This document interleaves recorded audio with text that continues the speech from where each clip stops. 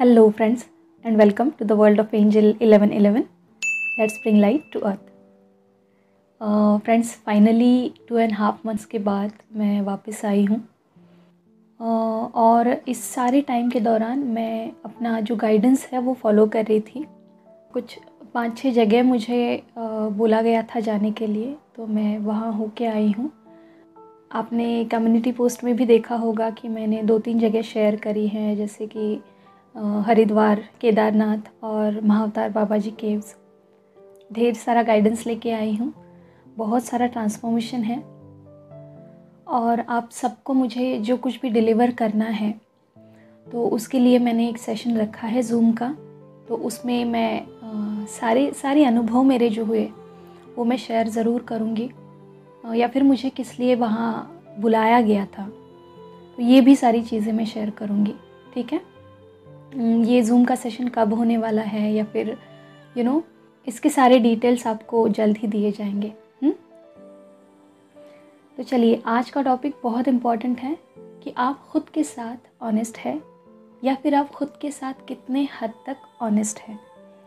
क्योंकि ये जो चीज़ है, to be honest with yourself is the most important thing in this journey.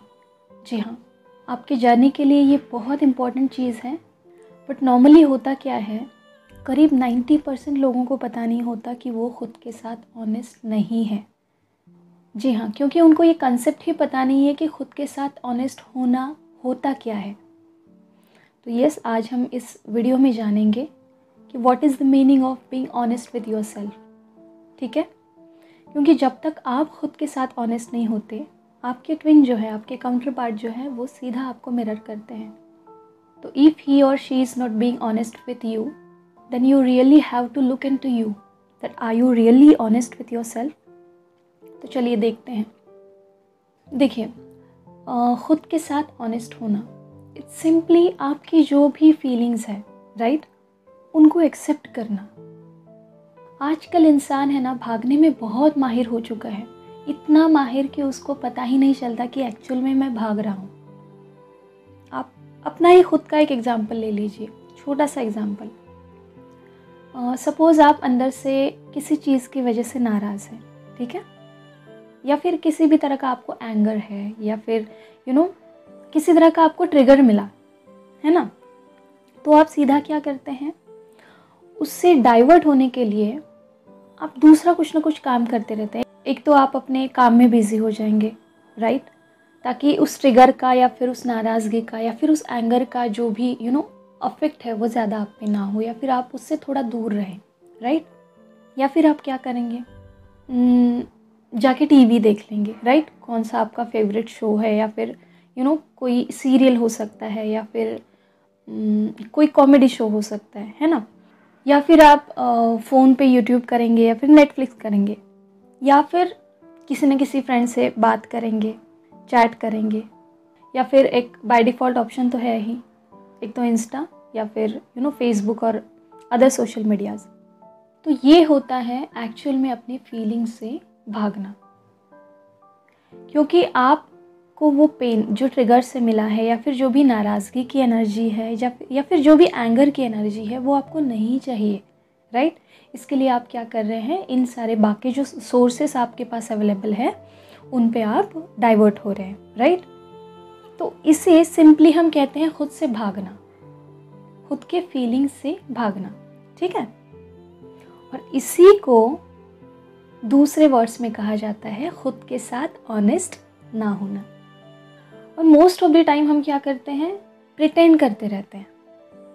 Pretend in the sense कि हाँ, दुख तो हो रहा है, राइट, या फिर एंगर तो है, या फिर नाराज़गी भी है, बट हम दिखाते नहीं हैं। हमें किसी ना किसी चीज़ का डर लगता है, हालांकि हमें सबको दिखाना भी नहीं है, बट जहाँ पे ज़रूरत है वहाँ पे तो एटलीस्ट दिखाना चाहिए।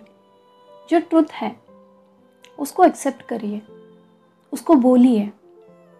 कभी कभार हमें इतनी ज़्यादा आदत हो जाती है चीज़ों को डिनाई करने की कि मैं नाराज़ हूँ, इसको भी लोग एक्सेप्ट नहीं करते, इसको भी डिनाई करते। मैं तो ठीक हूँ, मैं तो परफेक्टली फाइन हूँ, राइट। मुझे गुस्सा है, ये भी लोग नहीं बताते। मैं कहाँ गुस्सा हूँ, मैं तो ठीक हूँ, मैं बिल्कुल गुस्सा नहीं हूँ। तो ये सारी जो चीज़ें हैं इसको कहते हैं कि खुद के साथ ऑनेस्ट ना होना। देखिए, अगर आप खुद को समझ नहीं पाते, राइट, आपको अगर खुद की फीलिंग्स भी समझ नहीं आती या फिर समझ में आके भी आप उनको डिनाई करते जाते हो और कुछ और फॉल्स मास्क पहनते हो, तो इन सभी चीज़ों को कहते हैं कि you are not honest with yourself. और फिर यही चीज़ें आपके जो काउंटर पार्ट हैं वो आपको मिरर करते हैं और फिर आप कंप्लेन करने लगते हो कि उसने मुझे धोखा दिया या फिर he is being with other girls, right, and such kind of things. तो इस चीज़ को आपको किस तरह से हील करना है ये हम देखते हैं। तो देखिए, आपको अगर किसी भी तरह का ट्रिगर मिला है, राइट, या फिर आप अभी नाराज़गी में हैं, किसी तरह का एंगर आप में डेवलप हुआ है, तो आप सबसे पहले क्या करेंगे? सबसे पहले आंखें बंद करेंगे, एक लंबी सांस लेंगे और खुद को कहेंगे कि ये इस समय का सत्य है कि मैं नाराज़ हूँ, या फिर मुझे गुस्सा आया है, या फिर मैं दुखी हूँ, मुझे दुख हो रहा है। इसको पहले एक्सेप्ट करिए। अगर कोई अपना पूछे भी तो उनको भी सीधा बता दीजिए, छुपाने की कोई ज़रूरत नहीं है। अब आपने क्या करना है?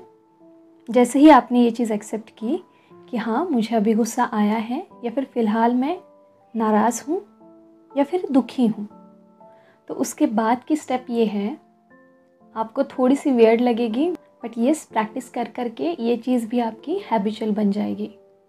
तो बॉडी में उस समय जो भी सेंसेशन आपके जहाँ जहाँ भी हो रहे बॉडी पार्ट्स में, उसको बस देखना है।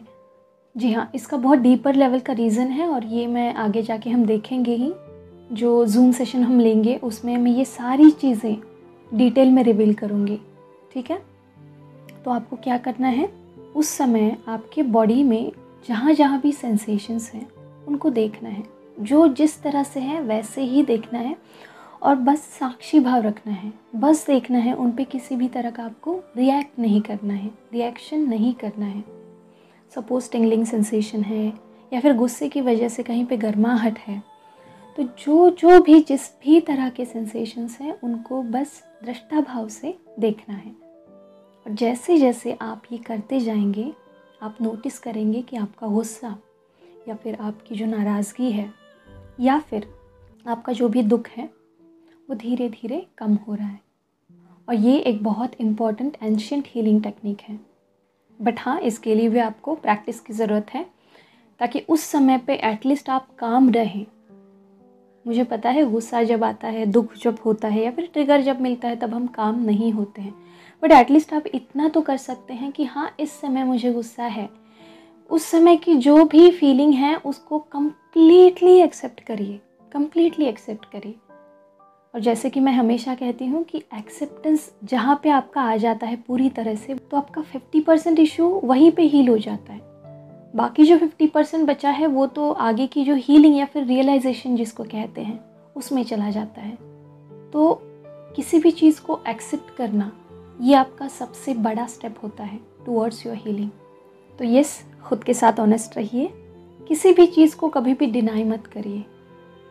और ये जो मोस्ट ऑफ द डिनाई हम करते हैं ना, ये किस वजह से करते हैं? हमारे अंदर डर होता है। डर इस चीज़ का कि लोग क्या सोचेंगे, या फिर ये पर्सन मेरे बारे में अगर मैंने ये बताया, शेयर किया, तो ये क्या सोचेगा, वो क्या सोचेगा। तो गोली मार दीजिए सारी चीज़ों को, क्योंकि आपको अगर पता है तो सबसे बड़ा रोग क्या कहेंगे लोग, है ना। तो इस रोग को पकड़ के हमें जीना नहीं है। देखिए, लोग अब आपके बारे में सिर्फ उतना ही समझ सकते हैं जितना उनकी मेंटल कैपेबिलिटी है या फिर जितनी उनकी मैच्योरिटी लेवल है, राइट। तो लोगों के बारे में कभी सोचना ही नहीं है, ठीक है। और अगर आप सोचोगे तो आप कभी भी जी नहीं पाओगे। और हम यहाँ जीने के लिए आए हैं, राइट। जो भी ये 3D की लाइफ या फिर जो भी ब्लेसिंग्स 3D के डिवाइन ने हमें दिए हैं, उनको पूरी तरह से हमें एक्सपीरियंस करके जाना है। लेसन तो हम लर्न ही कर रहे हैं, राइट, बट जो भी खुशी हमारे हिस्से की है या फिर जो हम डिज़र्व करते हैं, उसको भी हमें पूरी तरह से एक्सपीरियंस करके हमें यहाँ से जाना है ना। तो बस खुद पे काम करते रहिए, खुद के साथ, खुद की फीलिंग के साथ ऑनेस्ट रहिए और अपनी यूनियन की तरफ आगे बढ़ते रहिए। ठीक है? तो चलिए आज के लिए इतना ही। खुद का ध्यान रखिए, खुद को सेफ रखिए। God bless you, all of you. Deep thanks to reiki angel, doctor मिकाओसी and all holy masters. Thank you.